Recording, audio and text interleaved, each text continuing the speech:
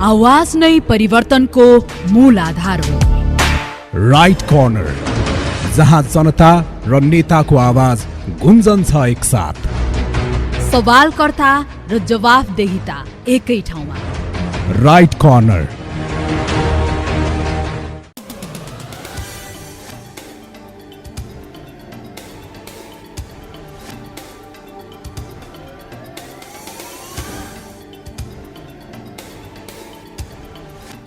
परिवर्तन सम्भव छ। नमस्कार, हार्दिक स्वागत तथा अभिवादन। यो हो रेडियो काठमाडौँ 92.1 अनि कार्यक्रमको नाम हो राइट कर्नर। समसामयिक विषय र प्रसङ्ग, त्यो विषयसँग सम्बन्धित अतिथिको विचार लिएर यो प्रस्तुति मार्फत हामी यहाँहरूमा जाउने गर्छौँ। 92.1 काठमाडौँ उपत्यका र आसपासका ठाउँहरू, इन्टरनेट अनलाइन रेडियो काठमाडौँको फेसबुक पेज मार्फत जोडिनुहुने सबैलाई आजको यो अङ्कमा पनि हार्दिक स्वागत गर्दछौँ। मूलतः मुलुकको राष्ट्रिय राजनीति दुई ध्रुवमा विभाजित छ। हामीले यो पटक पटक उठाउँदै आएको सन्दर्भ हो। एउटा ओलीको निरन्तरता चाहिरहेको छ, एउटा राजनीतिक शक्ति, एक पक्ष राजनीतिक दलहरू, अर्को पक्ष ओलीको बहिर्गमन। र ओलीको बहिर्गमनमा मुलुकमा सुशासन हुन्छ भन्नेहरूको एउटा तर्क छ। ओलीको निरन्तरतामै मुलुकले समृद्धि प्राप्त गर्छ भन्ने एउटा तर्क छ। यो जबरजस्त बहसमा मुलुकको राष्ट्रिय राजनीति अडिएको छ। आज हामी तीन दलको एउटा ओलीको बहिर्गमनका लागि भएको छलफल त्यसमा निष्कर्षविहीन भयो र पनि अबको रणनीति के कसरी अगाडि बढ्नेछ, यी र यस्तै विषयसँग जोडिएर कुराकानी गर्न लागिरहेका छौँ। आज हामीसँग हुनुहुन्छ नेकपा माओवादी केन्द्रका नेता लीलामणि पोखरेल। लीलामणि पोखरेलज्यू, रेडियो काठमाडौँमा यहाँलाई हार्दिक स्वागत छ। धन्यवाद छ। मैले सुरुमा पनि भने अलिकति मुलुकको राजनीति अहिले दुई ध्रुवमा विभाजित छ। सरसर्ती हेर्दा एउटा ओली नेतृत्वको सरकारको निरन्तरता चाहने शक्तिहरू एकातिर छन्, केही दलहरू एउटा ओलीको बहिर्गमनमा मात्रै मुलुकमा समृद्धि देख्ने, राजनीति स्थायित्व देख्ने छन्। तपाईँहरू त दोस्रो मैले भनेको धारमा हुनुहुन्छ। यो सम्भव कति देखिन्छ? होइन, असम्भव होइन। पहिलो कुरो त केपी शर्मा ओलीले संविधान विपरीत संसद विघटन गरेको सन्दर्भमा प्राय सबै राजनैतिक शक्तिहरू, एकाध बाहेक प्राय सबै राजनैतिक शक्तिहरू त्यसको विरुद्धमा थिए। प्रतिगमन भयो। यसले मुलुकको युद्ध र आन्दोलनले ल्याएको परिवर्तन, त्यसको संस्थागत गर्ने सन्दर्भमा बनेको संविधान, हामीले प्राप्त गरेको सङ्घीय लोकतान्त्रिक गणतन्त्र, समावेशी समानुपातिक प्रतिनिधित्वको प्रणाली, अब यी सबै कुराहरू यी चाहिँ नि ध्वस्त हुने भए, यी चाहिँ त्यसलाई चाहिँ खतम गर्नका निम्ति फेरि एटोक्रेटिक, फेरि निरङ्कुशता ल्याउने एउटा प्रवृत्तिको रूपमा चाहिँ देखा पर्यो एकातिर। सँगसँगै के हो भने मुलुकको राष्ट्रिय सार्वभौमिकतामा आँच आउने साम्राज्यवादी शक्तिहरूले गरेका हस्तक्षेपहरूलाई पनि त्यस्तो शक्तिले प्रश्रय दिएर मुलुकको सार्वभौमिकतामा नै अखण्डता र त्यो चाहिँ स्वाभिमानमै आँच आउन पुग्यो भनेर त्यसको विरुद्धमा जनआन्दोलन भयो, जनसङ्घर्ष भयो भनौँ न। विभिन्न क्षेत्रका नागरिक समाजका प्रतिनिधिहरू, कानुन व्यवसायीहरू, भूतपूर्व प्रधान न्यायाधीशहरू, पत्रकार, सबैले त्यसका विरुद्धमा आन्दोलन गरेर अब यसलाई कम्तीमा यसको कार्यकाल यो 5 वर्षको निम्ति नेपाली जनताले म्यान्डेट दिएको हो। 5 वर्षमा जनताप्रति उत्तरदायी भएर संसद र सरकारले काम गर भनेर भनिएको थियो। अब त्यो बीचमा फेरि आएर त्यही सर्वोच्च अदालतले दल सम्बन्धी विवादको विषयलाई लिएर, दलको नाम सम्बन्धी विवादको विषयलाई लिएर जे जनताको सकारात्मक प्रतिक्रियाको पुँजी आर्जन गरेको थियो, त्यो फैसलाले फेरि सर्वोच्च अदालतप्रति संशय पनि पैदा भएको थियो। हो, यस्तो स्थितिमा बाह्य शक्तिहरू र मुलुकमा कानुनी राज्यको अवधारणालाई ध्वस्त गर्न खोज्ने प्रवृत्तिहरू हावी भएर गइरहेको एउटा चिन्ताको विषयवस्तु छ। त्यो चिन्ताको स्थितिमा अहिले संसद पुनर्स्थापना पछाडि अरू राजनीतिक आन्दोलन पक्षधर राजनीतिक शक्तिहरूले केपी ओलीको विकल्पमा अर्को सरकार बनाऊ, जसले 5 वर्षको कार्यकाल, संसदको 5 वर्षको कार्यकालमा जनताका आवश्यकतालाई पनि सम्बोधन गर्ने गरिकन गरौँ भनेर भनिएको हो। अब त्यो असम्भव होइन। केही राजनीतिक शक्तिहरू विदेशीको इसारामा पनि चल्न खोजिरहेको त्यो चाहिँ नि अनुभूति भइरहेको छ। आफ्नो स्वतन्त्र निर्णय भन्दा अरूको इच्छामा कुन राजनीतिक दलहरू त्यो अरूको कुन भन्ने कुराहरू तपाईँहरू प्रवृत्तिमा हेरे पुगिहाल्छ। मैले कुन राजनीतिक दल भन्नुपर्ने जरुरी छैन है। तर हेर्नुहोस्, प्रवृत्तिले मुलुकको राष्ट्रिय सार्वभौमिकता अखण्डतालाई रक्षा गर्ने, स्वाभिमानलाई रक्षा गर्ने र त्यो स्वाभिमान प्रतिको चाहिँ त्यसलाई चाहिँ इग्नोर गर्ने प्रवृत्तिहरू कसले व्यक्ति, पार्टी, समाज, समूह कसले प्रतिनिधित्व गरिरहन्छ, तपाईँहरू सञ्चार माध्यमहरूले नै त्यसका बारेमा टुङ्गो लगाए। अहिले नि लीलामणि पोखरेलज्यू तपाईँले को भनेर तपाईँले नि भन्नुभयो, ठिकै छ, त्यसलाई तपाईँलाई म धेरै खोतल्न चाहन्न। तर साँचो कुरा के हो भने आज 3 दलको बैठकमा पनि एउटा राजनीतिक दलले राखेको विचारलाई हेर्ने, उसका निरन्तरता हामीसँग भएका संवादहरूलाई पनि हेर्ने हो भने उनीहरू ओलीको विकल्पका लागि त्यति सहजै तयार हुने अवस्थामा छैनन्। त्यो शक्तिको साथ नहुँदा तपाईँ र काङ्ग्रेसको मात्रै प्रयासमा ओलीको बहिर्गमन त सम्भव देखिन्न। त्यसलाई कसरी हेर्नुपर्छ भने एउटा काङ्ग्रेसले पनि डिसिसिभ निर्णय म यो गर्छु, ऊ मुख्य प्रतिपक्षी हो क्या। प्रतिपक्षीहरूले सत्ता पक्षसँग मिल्दैन क्या। मिलेर तिम्रो आलो पालोसँग मिलेर हामीले गरौँ, तिमी हामी मिलेर चाहिँ गरौँ भन्ने हुँदैन। त्यो प्रतिपक्षीको काम सत्ता पक्षका कमजोरीहरूलाई लिएर त्यसको विरुद्धमा तपाईले भने जस्तै काङ्ग्रेसले त निर्णय गर्यो नि त। यति बेला काङ्ग्रेसले त्यो निर्णय त गर्यो, काङ्ग्रेसले डिटरमाइन भएन। अहिले पनि शेरबहादुर देउबाको मलाई संख्या पुगिसकेका छैन, अझै संख्या नपुगिकन मैले हात हाल्दिनँ भन्ने गरिरहे। यति बेला अविश्वासको प्रस्तावको निम्ति काङ्ग्रेसले सिग्नेचर क्याम्पेन चलाएर काङ्ग्रेसका कतिजना सांसद छन्, त्यसमा नपुग सांसद अविश्वासको प्रस्तावका निम्ति हामीले हाम्रो पक्षबाट चाहिँ नि सिग्नेचर गर्न तयार छ नेकपा माओवादी केन्द्रको तर्फबाट। यो त महत्त्वपूर्ण विषय तपाईँले भन्नुभयो। तर नि लीलामणि पोखरेलज्यू, तपाईँ राजनीतिक दलहरू एकले अर्कालाई दोष लगाएर आफू चाहिँ चोखिने प्रयास गर्नु। काङ्ग्रेस भन्छ हामीसँग सङ्ख्या पुग्दैन, मैले सङ्ख्या नपुगिकन ओलीको विकल्प खोज्न नचाहेको होइन, मलाई त्यो ठाउँ छैन संसदको अङ्कगणितमा। अर्को भनिरहेको छ तपाईँहरू विश्वासको मत चाहिँ फिर्ता नलिने, सरकारलाई दिएको समर्थन फिर्ता नलिने अनि सरकारको विकल्प खोज्ने भनेर। सत्ता पक्ष के भनिरहेको छ भने अहिले फिर्ता लिउँ न तिमीहरू हाम्रो समर्थन भनिरहेको छ। हिजो पनि सदनमा सुन्नुभयो एकजना मानिसजीको कुरा, किन नलिनु भएको तपाईँले? तपाईँले भनेको कुरा मैले बुझेँ। अब सत्ता पक्षले हामीलाई फिर्ता ल्याऊ भनेर प्रोभोक गरेको छ, हामी फिर्ता लिन्छौँ भनेर हामीले भनेका छौँ। पाउनुहोस् न, मैले कुरा राख्छु नि त। अनि अब सत्ता पक्ष अथवा केपी ओलीको मनसाय के छ भने अहिले हामीले फिर्ता लिने बित्तिकै तुरुन्तै अर्को विकल्प खडा नगरिकन फिर्ता लिने बित्तिकै उहाँ संविधानको 76 को 3 अन्तर्गत अल्पमतको सरकार निर्माण गर्नेमा पुग्नुहुन्छ।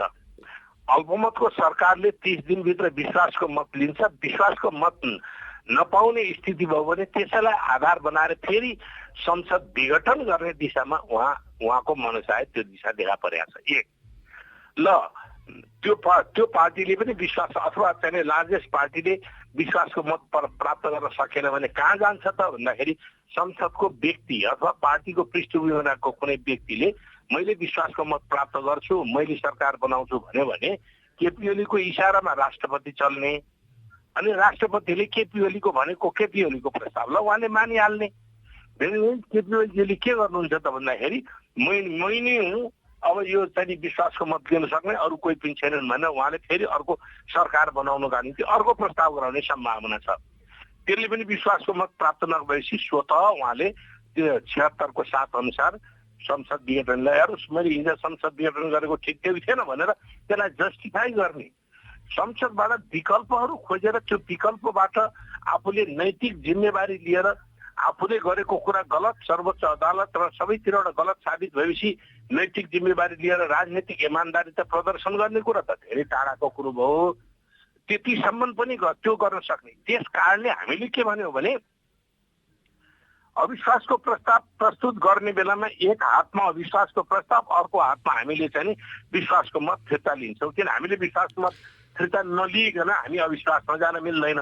त्यसकारणले हामीले अविश्वासको प्रस्तावमा हामीले उ गर्छौँ। अब यो स्थितिमा नेपाली काङ्ग्रेसको एक्लैको मतले अविश्वासको प्रस्तावको निम्ति 25% पुग्दैन होला, त्यो ठिक हो। 69 कति चाहिन्छ, 69 संख्या चाहिन्छ। काङ्ग्रेसको 63 मा अहिले 61 मात्रै छ, 2 जना निलम्बनमा छन्। 61 छ, 69 चाहिन्छ। त्यो 69 संख्याका निम्ति कुनै समस्या छैन। नेपाली काङ्ग्रेसले के गर्नु पर्यो त भन्दाखेरि त्यो पहल सुरुवात गर्नु पर्यो। सुरुवात गरिसकेपछि 100% सबैले लेखेर दिएर ल मलाई मेजोरिटीहरूको संख्याको हस्ताक्षर पुग्यो र मैले चाहिँ अविश्वासको प्रस्ताव राख्छु भन्ने स्थिति हुँदैन। पोलिटिक्स भनेको रिस्कको गेम पनि हो। यो कुरा तपाईँले अहिले भनिरहनु भएको छ नीलमणि पोखरेलज्यू, यति सामान्य रूपमा तपाईँले भनेपछि आम नागरिकले नि बुझे अविश्वासको प्रस्ताव राख्ने काङ्ग्रेसको 1/4 संख्या पुग्दैन, नपुगेको संख्या हामी पुर्याइदिन्छौँ भनेर तपाईँहरूले भन्नुभयो। यति कुरा नेतृत्व तहमा छलफल भएर चाहिँ अगाडि बढ्न सकिन्थ्यो होला। छलफल भएर पनि केही उसको पनि अविश्वास होला या केही चाहिँ कारण भएर उसले अगाडि बढेन भन्नु त मानियो। यही नै हो, तपाईँले जे कुरा उजागर गर्न खोज्नु यही नै हो रहस्य। यस्तो स्थिति हुँदाहुँदै हामीले त किस्तीमा हालेर प्रधानमन्त्रीको पद शेरबहादुर देउवालाई ल तपाईँ प्रधानमन्त्री बनिदिनुहोस् भनेर किस्तीमा हालेर प्रधानमन्त्रीको पद दिएका हौँ। अहिले होइन, महिना दिनभन्दा पनि बढ्ता भयो कि शेरबहादुर देउवा महिना दिनभन्दा बढी हामीले चाहिँ के भन्यो संसद पुनर्स्थापना हुने बित्तिकै फागुनको यो त तपाईँले भने अहिले यो 11 गते पुनर्स्थापना भयो। 12 गते हामीले शेरबहादुर देउवालाई तपाईँ प्रधानमन्त्री बन्नुहोस्। तर तपाईँहरूसँग शेरबहादुर देउवा चाहिँ एकदमै आश्वस्त हुन सक्नु भएको छैन। स्थानीय निर्वाचनको बेलाको कुरालाई लिएर उहाँ बारम्बार त्यो कुरा भनिरहनु हुन्छ कि पार्टीका नेताहरूलाई। त्यो भनेको बहानेबाजी हो। किन बहानेबाजी हो भन्दाखेरि अहिलेको स्थितिमा हामीले के भन्यौँ, हामी सरकारको दाबी गर्दैनौँ। सरकारको दाबी गर्दैनौँ, नेपाली काङ्ग्रेसकै नेतृत्वमा सरकार बनाउनका निम्ति हामी साथ दिन्छौँ भनेर प्रस्तावै लिएर गइसके पछाडि अनि हामीप्रति आशंका भन्ने कुरा हुन्छ र उहाँको मनसायमा, उहाँको सम्बन्धमा, उहाँको सम्पर्कमा, उहाँको केपी ओलीजीसँगको निकटतामा, उहाँको वैदेशिक शक्तिहरूसँगको निकटतामा त्यसले उहाँ डिसिसन गर्न सक्नु भएको छैन। प्रश्न त्यो हो। अब अहिले सबै समग्र यी विषयहरूलाई केलाउने हो नि लीलामणि पोखरेलज्यू। अब तपाईँहरूले पनि प्रयास गर्नुभएको छ, काङ्ग्रेसले नि भनिरहेछ, जसपा पनि आफ्नो खालको मात्रै कुरा उसले उठाइरहेको छ। उसको पहिलो कुरा मधेसका माग सम्बोधन गर्नु पर्यो, आफ्ना बन्दीहरू रिहाई गर्नु पर्यो भन्ने उसको माग छ। तर यो गर्दैरहँदा एक्लै अर्कोलाई चाहिँ त्यो चाहिँ लोटाको पानी निकालेर चाहिँ गङ्गा सुकाउने भने जस्तो गर्दा गर्दै ओलीजीले त पुरा काल चाहिँ जानी जस्तो देखियो नि त। उहाँको बहिर्गमन त त्यति सजिलो देखिएन। सुन्नुहोस् न, यही हो राजनैतिक सङ्क्रमण र राजनैतिक दलहरूको विभाजन भइसके पछाडि पार्लियामेन्टको पोजिसन एउटा हङ पार्लियामेन्टको पोजिसन बन्यो के। विभिन्न दलहरू नमिलिकन सरकार नबन्ने हङ पार्लियामेन्टको पोजिसन बनिसके पछाडि सरकारमा बस्नेले पनि विभिन्न शक्तिहरूसँग बार्गेनिङ गरेर आश्वासन बाँडेर आफूलाई सुरक्षित गर्ने कोसिस गरेका छ। सरकारको विकल्प खोज्नेहरूले पनि केही पिभोटल पोजिसनमा अथवा केही निर्णायक स्थितिमा रहेका राजनीतिक दलहरूले के गर्छन् भने अड्को थापेर मेरो यो कुरा गरिदिन्छस् भने मात्रै साथ दिन्छु भन्ने ढङ्गका अनुचित शर्तहरू पनि अगाडि सारिरहेका छन्। अब अहिले संविधान संशोधन यति बेला हुन सक्दैन किन 2/3 नपुगिकन संविधान संशोधन हुँदैन। संविधान संशोधनको प्रस्ताव म लैजान्छु भन्, पास गरिदिन्छु भन्। त्यो त दुनियाँलाई थाहा भएको कुरा, हामीले पनि तपाईँले पनि सुन्नु भएको छ। पटक आम सञ्चार माध्यमहरूले सोधेका छन्। हिजो उपेन्द्र यादव र महन्त ठाकुरको पार्टी फरक हुँदा उपेन्द्र यादव ओलीकै सरकारमा हुनुहुन्थ्यो, महन्त ठाकुरहरूले समर्थन गर्नुभएको थियो। सुविधा सम्पन्न 2/3 बहुमत हुँदा त संविधान संशोधन गर्न मतलब नगर्ने केपी ओलीले अब यो यति बेला चाहिँ उनीहरूले राखेको माग अनुसार संविधान संशोधन हुन्छ भनेर उनीहरूले पनि सोचेकै छैनन्। तर यी सबै कुरालाई देखाउँदै तपाईँहरूको एक्लै अर्कोलाई चाहिँ आरोप लगाउने अर्थात् एक्लै अर्कालाई अविश्वास गर्दै यो सरकारको निरन्तरता देखियो भन्ने मेरो प्रश्न होइन। तपाईँको कुरो मैले बुझेँ। हामीले आरोप लगाएर निरन्तरता यही कुरा महन्तजी किन बुझ्नुहुन्न? हिजो त्यही सरकारका विरुद्धमा प्रतिगामी भनेर आन्दोलन गर्ने, आज अहिले त्यही सरकारलाई हामी साथ दिन सक्दछौँ भनेर भन्ने उहाँहरूको किन यस्तो दोगला प्रवृत्ति? एउटा त्यो किन? त्यसको पछाडिको रहस्य के हो? त्यसका पछाडिको सम्पर्क सम्बन्ध के हो? त्यसका पछाडिका अरू उद्देश्य के हुन्? यो सबैले सोध्ने प्रश्न हो, मैले पनि सोध्ने प्रश्न हो। एउटा अर्को स्वयं महन्तजीहरूको पार्टीभित्र उपेन्द्रजीहरू हुनुहुन्छ, कुनै पनि शर्तमा केपी ओलीलाई साथ समर्थन दिन सकिँदैन भनेर उपेन्द्रजीहरू बाबुरामजीहरू हुनुहुन्छ। अनि उपेन्द्र के अरे महन्तको कुरोले, महन्तको समर्थनले मात्रै पनि त केपी ओली सरकारको बहुमत हुन सक्दैन।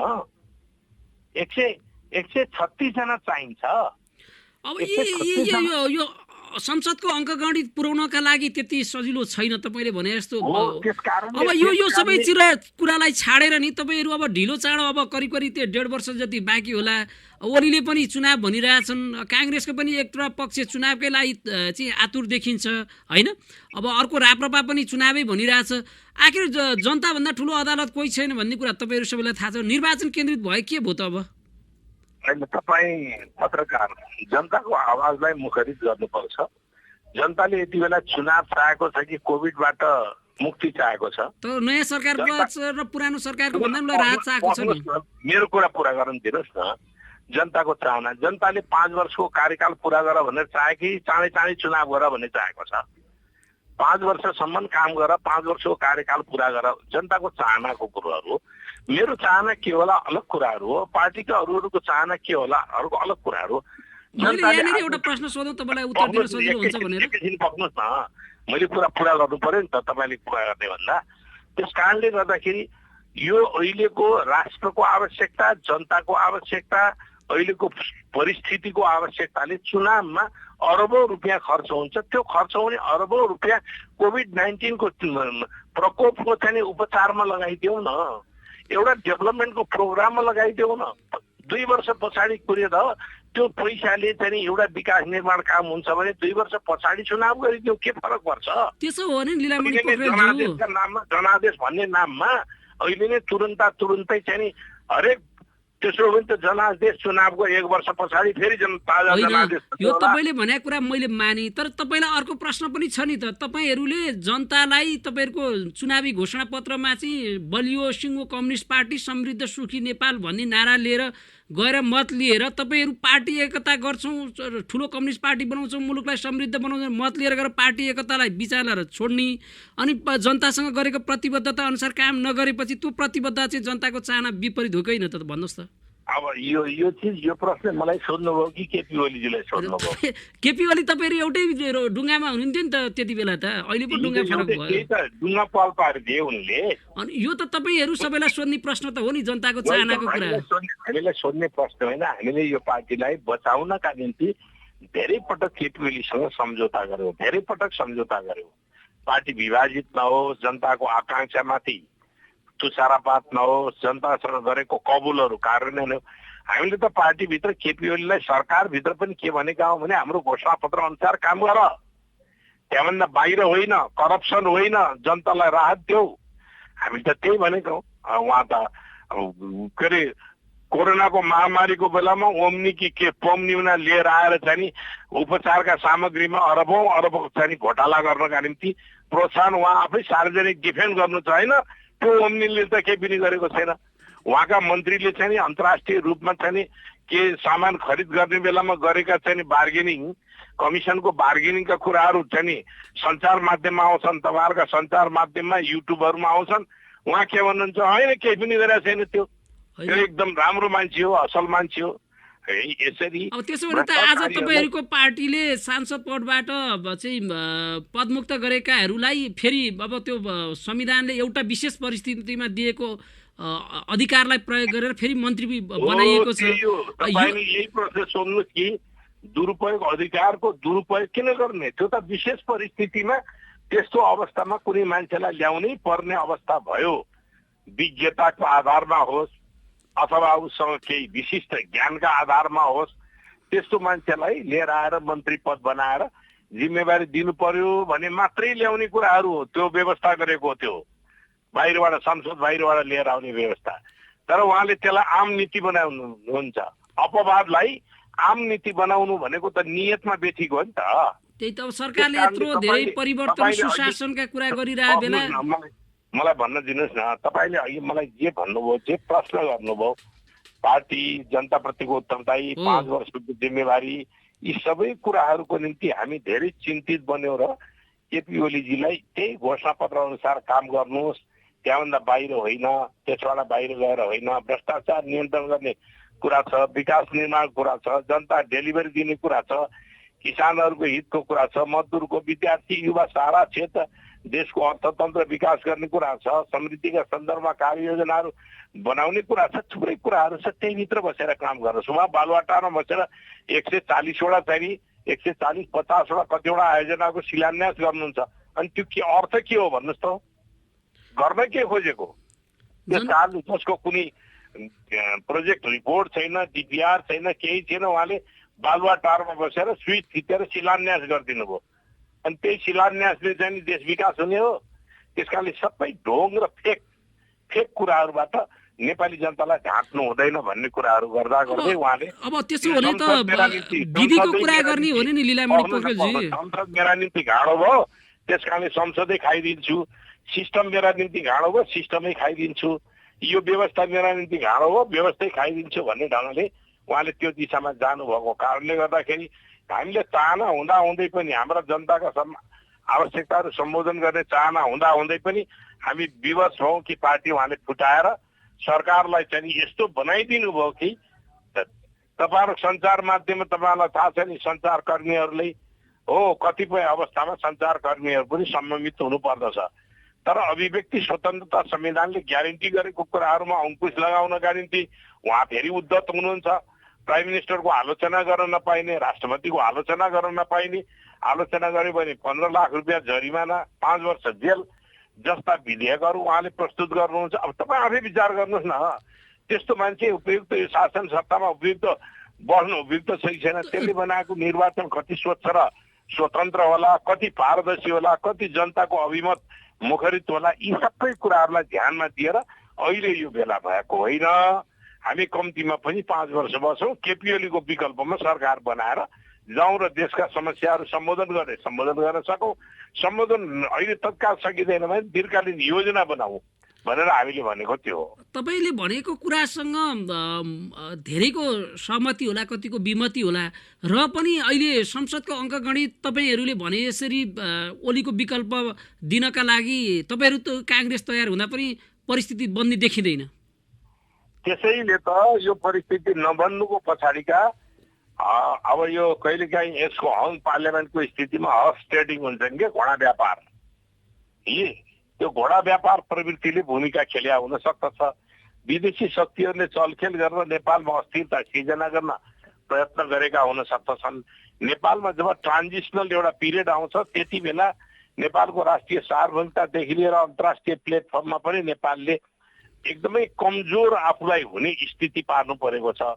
यी थुप्रै कुराहरू हाम्रो अगाडि मौजुद छन्। त्यसैले त्यसका निम्ति तपाईँ हामी सबै लागौँ। केपी ओलीको नेतृत्वको सरकार अहिलेलाई त्यो शासन सत्ता सञ्चालन गर्नका निम्ति योग्य छैन। जसले बुझेको छैन, बुझेर बुझ पचाएको पनि छ, त्यसलाई पनि के गरौँ भन्दाखेरि तिम्रो अहिलेको बुझ पचाइले मुलुकलाई हित गर्दैन, तिमीलाई पनि हित गर्दैन भन्ने ढङ्गको उनीहरूलाई हामीले चाहिँ नि कन्भिन्स गरौँ र एउटा नयाँ परिस्थितिको सिर्जना गर्ने, नयाँ निकास निकाल्ने काम गरौँ।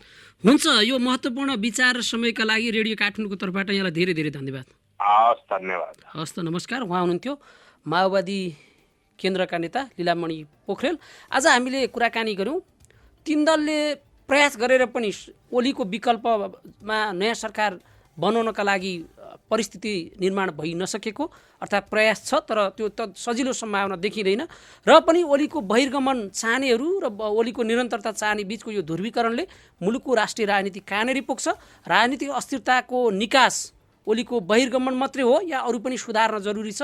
एक थरी निर्वाचनको कुरा गरिरहेका छन्, एक थरी ओलीको बहिर्गमनको कुरा गरिरहेका छन्। कहाँनेरि मिलनबिन्दु भेटिएला, यी र यस्तै विषयसँग जोडिएर आज हामीले कुराकानी गऱ्यौँ। कुराकानीमा समय दिनुभएकोमा नेकपा माओवादी केन्द्रका नेता लीलामणि पोखरेलप्रति हार्दिक आभार व्यक्त गर्छौँ। यतिन्जेल कार्यक्रम सुनिदिनु भयो, यहाँहरू सबैलाई हार्दिक नमन व्यक्त गर्दै आजका लागि राइट कर्नर युनिटको साथमा म पनि बिदा माग्छु। हवस् त, नमस्ते।